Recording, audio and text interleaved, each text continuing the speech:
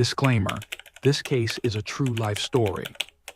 Contents of this video are based on court documents, FBI records, news reports from the Spokesman Review, CBS News, Department of Justice press releases, and Shasta Groene's own account as published in Oprah Daily, and the book Out of the Woods by Greg Olson. It was 2 a.m. on July 2, 2005, at a Denny's restaurant in Coeur, Idaho. The late-night shift was winding down when waitress Amber Dean noticed something that made her blood run cold. Sitting in a booth near the window was a little girl with dark hair, maybe 8 years old, eating breakfast with a middle-aged man. There was something about the child's face, something hauntingly familiar. Amber's heart began to race. She'd seen that face before, on missing person posters, on the news, every single day for the past 6 weeks. It was Shasta Groene, the little girl who had vanished into thin air on May 16th, along with her brother Dylan, from a house where 3 people had been brutally murdered, the case that had gripped the entire Pacific Northwest, the Amber Alert that had mobilized hundreds of law enforcement officers across multiple states. And she was sitting right there, eating pancakes at 2 a.m. with a stranger. Amber's hands trembled as she approached the table, trying to act natural. She made small talk, refilled coffee, smiled at the little girl. All the while her mind was screaming. She caught the eye of her manager and another waitress. They saw it too. Without saying a word, they understood. The manager quietly dialed 911. Other customers, recognizing the gravity of the situation, positioned themselves near the exits. No one was going to let this man leave with that child. Not tonight. Not ever again. Within minutes, police cars surrounded the restaurant. Officers entered calmly, professionally. The man, later identified as 42-year-old Joseph Edward Duncan III, was taken into custody without incident. He didn't resist. He didn't run. It was as if some part of him knew it was finally over. Shasta Groene was safe. After 47 days of unimaginable horror, she was going home. But her brother Dylan would never come home again. This is the story of what happened in those 47 days, and the evil that made it possible. To understand the horror of what happened, you first need to understand what was lost. The Groene family lived in a modest home near Wolf Lodge Bay, just east of Coeur, Idaho.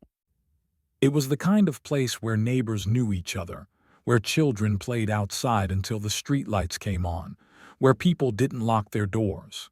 Brenda Groene, 40 years old, was a devoted mother trying to build a new life.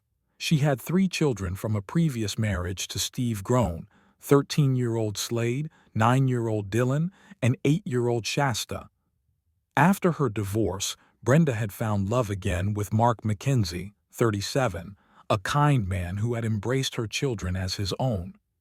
Slade was the typical teenager, a bit rebellious, testing boundaries, but fundamentally a good kid. He was protective of his younger siblings, especially Dylan and Shasta, who were inseparable. Dylan was the adventurous one, always exploring, always asking questions. Shasta was his shadow, his best friend, his partner in every childhood adventure. They were a blended family, yes, but they were happy. They were healing. They were building something new together. They had no idea that someone was watching them. Joseph Edward Duncan III was born on February 25, 1963, at Fort Bragg, North Carolina. He was the 4th of 5 children in a military family that moved frequently. By all accounts, his childhood was troubled, though the details remain disputed. What is not disputed is this: Duncan committed his first recorded sex crime at age 15 when he raped a 9-year-old boy at gunpoint in 1978. The following year, he was arrested for driving a stolen car and sent to a juvenile facility, where he told a therapist that he had bound and sexually assaulted 6 boys. He estimated that, by age 16, he had raped 13 younger boys. Let that sink in. 13 children, by age 16. In 1980, Duncan stole several guns from a neighbor and abducted a 14-year-old boy, raping him at gunpoint. He was sentenced to 20 years in prison but was released on parole in 1984 after serving only 14 years. Think about that. A violent sexual predator with a documented history of attacking children, released back into society after 14 years. While on parole in the 1990s, Duncan is believed to have murdered 3 children: 10-year-old Anthony Martinez in California in 1987, and 2 young sisters, 11-year-old Samiejo White and 9-year-old Carmen Cubies, in Seattle in 1996. These cases went cold and wouldn't be connected to Duncan until years later. Duncan violated his parole in 1997 and was sent back to prison. He was released again in July 2000 with time off for good behavior. Good behavior. He moved to Fargo, North Dakota, where he attempted to start a new life. He even enrolled at North Dakota State University, but the darkness inside him never went away. It was always there, waiting. In July 2004, Duncan molested 2 young boys at a playground in Detroit Lakes, Minnesota. He was arrested and charged in March 2005. A judge set bail at $15,000, a shockingly low amount for a Level 3 sex offender, the highest risk category. A Fargo businessman who had befriended Duncan helped him post bail. On April 5, 2005, Duncan walked out of jail. He never showed up for his next court date. On June 1st, a federal warrant was issued for his arrest for unlawful flight to avoid prosecution. But by then, Joseph Edward Duncan had already found his next victims. In early May 2005, Duncan was driving east on Interstate 90, fleeing from the Minnesota charges, when he passed a modest home near Wolf Lodge Bay. Something caught his eye. In the yard, 2 children were playing. A little girl in a bathing suit, maybe 8 years old. A boy, slightly older, running around with her. Duncan later told Shasta that at that moment he made his decision. He chose them.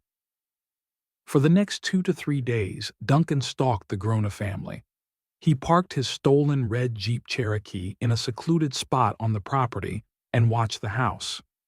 He had night vision goggles, military-grade equipment that allowed him to see in complete darkness.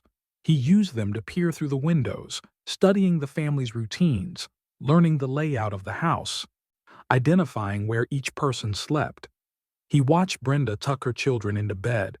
He watched Mark turn off the lights. He watched Slade retreat to his room. He watched Dylan and Shasta settle down for the night in the room they shared. He planned every detail. He knew exactly what he was going to do. The family inside had no idea they were being hunted. The attack came in the early morning hours of May 16, 2005. Duncan entered through an unlocked back door.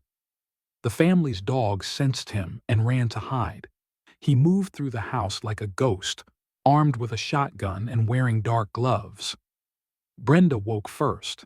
She sensed something was wrong, that primal instinct that tells you danger is near.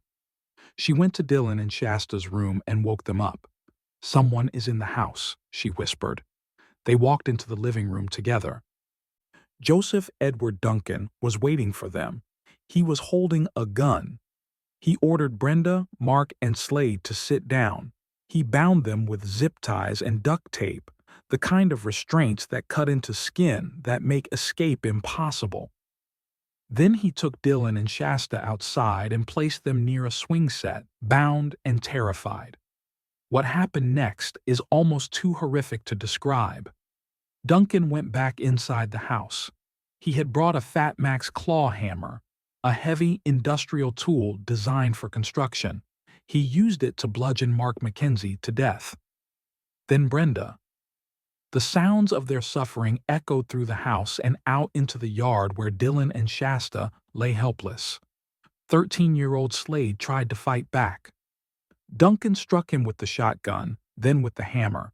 The boy staggered outside, bleeding profusely from a massive head wound, disoriented and dying. Dylan and Shasta screamed for their brother to untie them, but Slade couldn't understand. He couldn't help them. He collapsed and died shortly after. Duncan returned to the children. He showed them the hammer, still covered in blood. "This is what I killed your parents with," he told them. According to Shasta's later testimony, he added, "I'm going to kill you with it too." The children cried. They begged. They were 8 and 9 years old. Duncan loaded them into Mark McKenzie's pickup truck, which he drove across the property to where he'd hidden his stolen Jeep. He transferred the children into the Jeep, placed them on the floor, bound hand and foot, and drove away. Behind them, 3 people lay dead in a house that would soon become a crime scene that would shock even seasoned investigators. Later that day, on May 16, 2005, at approximately 7:20 p.m., Kootenai County Sheriff's deputies responded to a call about blood at a residence near Wolf Lodge Bay. What they found was a scene of unimaginable carnage. 3 bodies, bound with zip ties and duct tape, bludgeoned to death with such force that investigators initially thought they'd been shot in the head. Blood everywhere, signs of a violent struggle, and 2 children missing. Lead investigator Brad Maskell arrived at the scene and immediately understood the gravity of the situation. This wasn't a robbery gone wrong. This wasn't a domestic dispute. This was something else entirely, something calculated, something evil. By 11:15 p.m. that night, Maskell was in a judge's chambers requesting search warrants. The search would include looking for additional bodies. At 11:40 p.m., the warrants were issued. The next day, May 17th, an Amber Alert was issued for Dylan and Shasta Groene. Their photographs were distributed across the region. News crews descended on the quiet community. Hundreds of volunteers joined the search. The FBI sent behavioral scientists, forensic experts, and blood spatter analysts. Dive teams searched nearby creeks and ponds. Mounted posses combed the forests. Helicopters scanned from above. But there was no sign of the children. Investigators chased every lead. They looked into custody disputes. Steve Groene, the children's father, wasn't immediately ruled out as a suspect. They investigated drug connections, gang activity, home invasion theories. They examined school records looking for any possible motive. They found nearly 300 items of evidence at the scene. But none of it pointed to a suspect. Days turned into weeks. The case went cold. The public's hope began to fade. Where were Dylan and Shasta Groene? While investigators searched desperately for clues, Dylan and Shasta were being held at a remote campsite deep in the Lolo National Forest in western Montana, near St. Regis, about 70 miles from their home. Duncan had chosen the location carefully. It was isolated, accessible only by rough forest roads. No one would hear the children scream. No one would find them. The abuse began almost immediately. Duncan forced the children to call him Daddy, or Jet, short for Joseph Edward III. He told them there were rules. If they tried to run away, he would shoot them. If they disobeyed, there would be consequences. He raped them repeatedly. He tortured them. He burned Dylan with cigarettes. He tied Dylan to a log and beat him with a stick until the stick broke, while Shasta was forced to watch, tied to a tree. He took photographs and videos of the abuse. He showed some of these images to Shasta as if proud of what he was doing. But Duncan was also unpredictable. Sometimes he was kind. He played with the children. He let them explore the campsite. He promised them repeatedly that he would take them home soon. He told them he was sorry for killing their family. He said God had told him to do it, but now he realized it was a sickness. This psychological torture, the alternating kindness and cruelty, was perhaps the most insidious aspect of their captivity. The children never knew which version of Duncan they would face. Would he be nice Jet or mean Jet? Would today be the day he finally took them home? Or would it be the day he killed them? He threatened to kill them approximately 50 times, according to Shasta's later testimony. Every time that Jet said he was going to kill me or Dylan, Dylan would start crying and screaming, Shasta told investigators. But I would only cry. Even at 8 years old, Shasta understood that showing too much emotion might provoke him. She was trying to survive. On July 2, 2005, 47 days into their captivity, Duncan killed Dylan Groene. The details of Dylan's death are disputed. Duncan claimed it was an accident. Shasta's account tells a different story. According to Shasta, Duncan was digging through a large, clear plastic box looking for beer. The box also contained a 12-gauge shotgun. The gun went off, firing through the box and hitting Dylan in the stomach. Shasta heard the explosion and ran to the other side of the Jeep. She heard Dylan screaming. Then she saw Duncan put the shotgun to Dylan's head and pull the trigger. The gun didn't fire. Dylan begged him not to kill him. "Please, Jet, please don't," the 9-year-old boy cried. Duncan reloaded the gun, put it back to Dylan's head and pulled the trigger again. This time, it fired. Dylan died instantly. "He was telling me it was an accident," Shasta later told police. "He was saying, 'Oh my God, oh my God.'" Duncan wrapped Dylan's body in a tarp and burned it in a fire that burned all afternoon and into the night. He also burned numerous other items, including Shasta's shoes, which were splashed with her brother's blood. When the fire finally died down, Duncan loaded the ashes into at least 3 large garbage bags. He and Shasta took them to a nearby culvert and dumped them into a pipe that washed down to the river. "There's nothing left," Shasta told police. Duncan then told Shasta that the campsite had too much evil and moved them to another location nearby for 3 to 4 days. Then, inexplicably, he decided to take her home. "He said that I taught him how to love," Shasta told investigators. "He thought that he had to kidnap us and kill us. But after all, he found out it was a sickness that was telling him to do it." On the evening of July 1, 2005, Duncan and Shasta stopped at a convenience store in Kellogg, Idaho, about 40 miles east of Coeur d'Alene. Security cameras captured them entering the store together. Shasta appeared to be wandering around freely. The store employee later said she thought the girl might be Shasta Groene, but didn't confront them because nothing seemed out of the ordinary. Duncan was taking back roads, avoiding main highways, trying not to get caught. GPS records from his Jeep would later show he detoured onto forest roads, zigzagging his way toward Coeur d'Alene. He told Shasta he wanted to see a Star Wars movie with her in the morning before dropping her off at a police station, partly because he wanted to see a movie before he went to prison, and partly because he wanted her to be happy. At 2 a.m. on July 2nd, they walked into the Denny's restaurant, and Amber Dean recognized her. When police arrested Duncan at the Denny's, they had no idea of the treasure trove of evidence they were about to uncover. A search of Duncan's stolen red Jeep Cherokee revealed a 12-gauge shotgun, night vision goggles, dark gloves, zip ties and duct tape, Mark McKenzie's wallet, a laptop computer, a GPS device, digital cameras and a video camcorder, a micro drive containing hundreds of images and videos. The digital evidence was devastating. Duncan had documented his crimes in horrifying detail.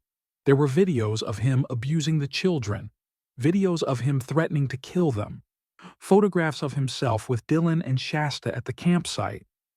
Prosecutors would later argue that these videos should not be copied for the defense, out of fear they could be leaked to the public and end up on the internet.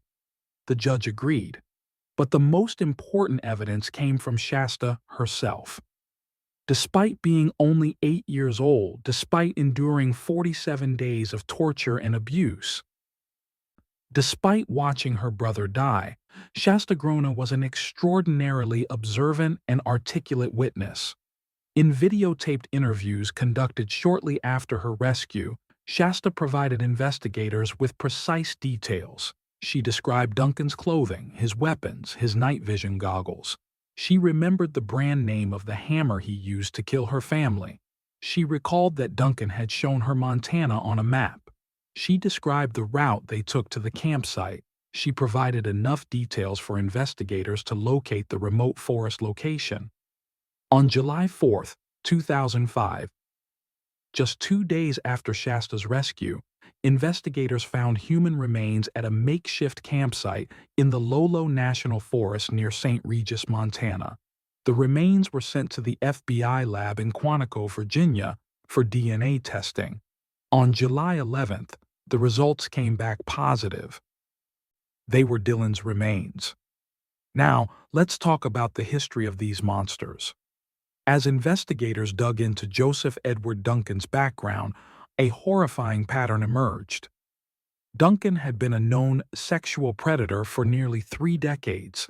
He had been in and out of prison. He had been evaluated by psychiatrists and therapists. He had been classified as a level 3 sex offender, the highest risk category, indicating he was most likely to reoffend. And yet, he had been released. Again and again, the system had failed, and children had died because of it. Investigators began connecting Duncan to other unsolved cases. Anthony Martinez, 1997, a 10-year-old boy from Beaumont, California, who was abducted while playing in his yard. His body was found in a desert area. Duncan would later confess to this murder and plead guilty in 2011. Samiejo White and Carmen Cubias, 1996. 2 half-sisters, ages 11 and 9, who disappeared while walking home from school in Seattle. Their bodies were found in a wooded area. Duncan confessed to these murders as well, though he was never formally charged. How many other victims were there? How many other children had Duncan hurt or killed? We may never know the full extent of his crimes. Joseph Edward Duncan faced justice on multiple fronts. Idaho state charges. On October 16, 2006, Duncan pleaded guilty to 3 counts of first-degree murder, Brenda Groene, Mark McKenzie, and Slade Groene, and 3 counts of first-degree kidnapping, Dylan and Shasta. He was sentenced to 3 consecutive life sentences without the possibility of parole. Federal charges. On December 3, 2007, after numerous legal delays and psychiatric evaluations, Duncan acted as his own lawyer and pleaded guilty to 10 federal counts, including kidnapping a child resulting in death, kidnapping a child, 2 counts of aggravated sexual abuse, sexual exploitation of a child resulting in death, being a felon in possession of a firearm, possession of a stolen firearm, using a firearm during a crime of violence resulting in death, transportation of a stolen vehicle, possession of an unregistered firearm. On August 27, 2008, a federal jury sentenced Duncan to death. The decision ended the state's earlier case, with a judge imposing 3 more life sentences for those murders. California charges. On March 15, 2011, Duncan pleaded guilty to the 1997 murder of Anthony Martinez in California, adding his 10th life sentence. In total, Duncan received 3 death sentences, federal, 10 life sentences without the possibility of parole. Multiple additional life terms he would never walk free again. But justice in a courtroom doesn't erase trauma. It doesn't bring back the dead. It doesn't heal the wounds. Steve Groene, the father of Slade, Dylan, and Shasta, became an advocate for stronger sex offender laws. He called for level 3 sex offenders to be permanently removed from society. He questioned how someone like Duncan could have been released on such low bail. My understanding is that the recidivism rate is so high, Steve told reporters. In my mind, once they've offended, they've lost all rights in society. We can't afford to have them on the loose. Idaho lawmakers responded by drafting plans to strengthen the state's sex offender classification system. They proposed establishing group homes for convicted molesters, allowing judges to order lifetime probation and monitoring offenders' movements with GPS satellites. But for Shasta, the real battle was just beginning. The trauma of what she endured didn't end when Duncan was arrested. In many ways, it was just starting. She struggled with PTSD, addiction, and the weight of being that girl, the one who survived when her brother didn't. Being rescued didn't end the trauma, Shasta would later write. Trauma is a lasting stain, no matter how hard you try to heal. She faced legal troubles of her own in the years that followed. She disappointed people who expected her to be a perfect victim, a perfect survivor. But trauma doesn't work that way. Healing isn't linear. Recovery is ongoing. I want people to know that healing isn't beautiful, Shasta said. It's one of the hardest things you'll ever do. 20 years after her rescue, Shasta is a mother of 5 sons. She's married. She's building a life. She's surviving. I am more than what happened to me, she says. I'm strong, resilient, and I feel I can survive anything. I stare death in the face. Nothing can break me now. On March 28, 2021, Joseph Edward Duncan III died at the United States Penitentiary in Terre Haute, Indiana. He was 58 years old. The cause of death was brain cancer. He never faced execution. Cancer got him first. When Shasta heard the news, she released a statement. My soul was finally free. The monster was dead, but the scars he left behind remain. This case raises uncomfortable questions that we as a society must confront. How do we balance rehabilitation with public safety when it comes to violent sexual predators? Why was Duncan released on such low bail when he was a known level 3 sex offender? How many red flags were missed? How many opportunities were there to stop him before he killed again? The Groene family tragedy didn't have to happen. Duncan's history was well documented. The warning signs were there, but the system failed. 3 people were murdered. A 9-year-old boy was tortured and killed. An 8-year-old girl was subjected to unspeakable abuse. A family was destroyed, and it could have been prevented. The story of the Groene family is a story of unimaginable evil, but it's also a story of survival, resilience, and the power of the human spirit. Shasta Groene survived 47 days of hell.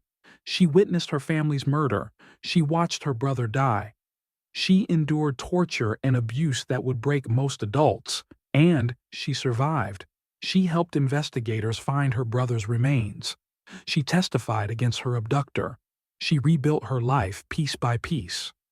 If you are out there and you are suffering in silence, don't hold it inside, Shasta says now. Let it out. Make those closest to you listen. Even when they say they can't take it, we can't stop the pain without ending the silence. The Wolf Lodge horror will never be forgotten in Idaho. The names Brenda Groene, Mark McKenzie, Slade Groene, and Dylan Groene are etched into the community's memory. Their deaths were not in vain. They sparked real change in how sex offenders are monitored and managed. But the real hero of this story is Shasta Groene, the little girl who survived, the woman who refused to let her trauma define her, the mother who is determined to protect her own children from the evil she experienced. She is living proof that even in the darkest moments, even when evil seems to have won, the human spirit can endure. And that is how this story ends, not with the death of a monster, but with the triumph of a survivor.